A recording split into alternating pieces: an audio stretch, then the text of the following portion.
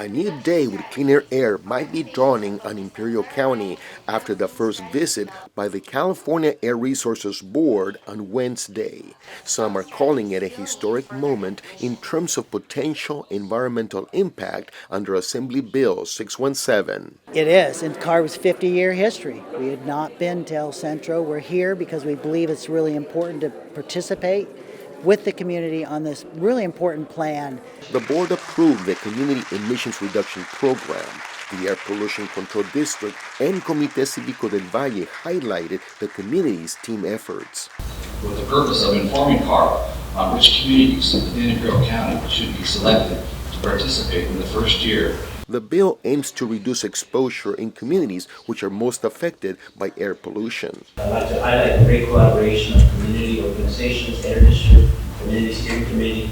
Community members, local and across the border, shared their air quality concerns with the board and spoke out in support of the program. We're working with 10 of the most disadvantaged communities in our state that have some of the worst air quality and other environmental challenges, and we adopted a plan that was prepared by the local air district and by a group of community residents who served as advisors, people from the environmental community as well as the business community, others involved in different agencies who came together to produce a plan, and they presented it to us today and we unanimously endorsed it. County Supervisor Kelley says the board's visit will help them better understand the emission hazards the community faces daily. Officials toured local areas of concern such as the Salton Sea and New River before the meeting. As those members make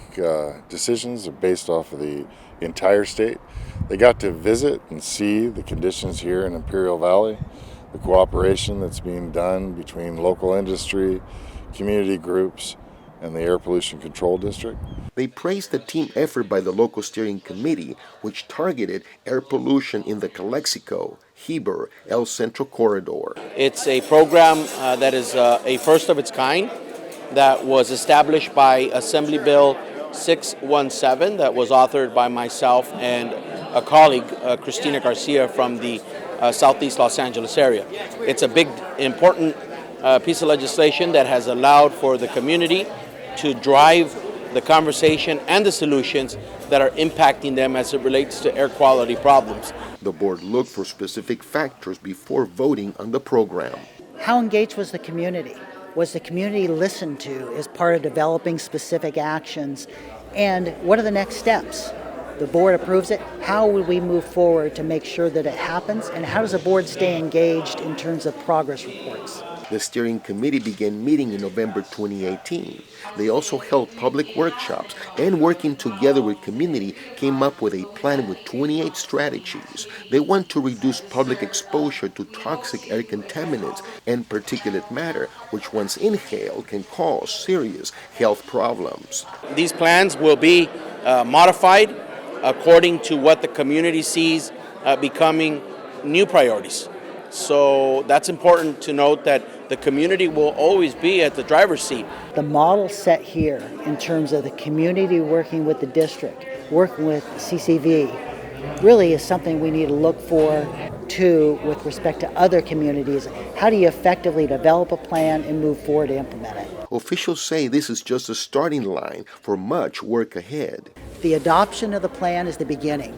Now we move forward, working with the community to implement it. Including new monitoring, testing, and then adding new rules or adjusting rules that will address those hazards. The group is going to continue to work on fleshing out the details of what's in the plan. And some of that work will fall on the state's shoulders.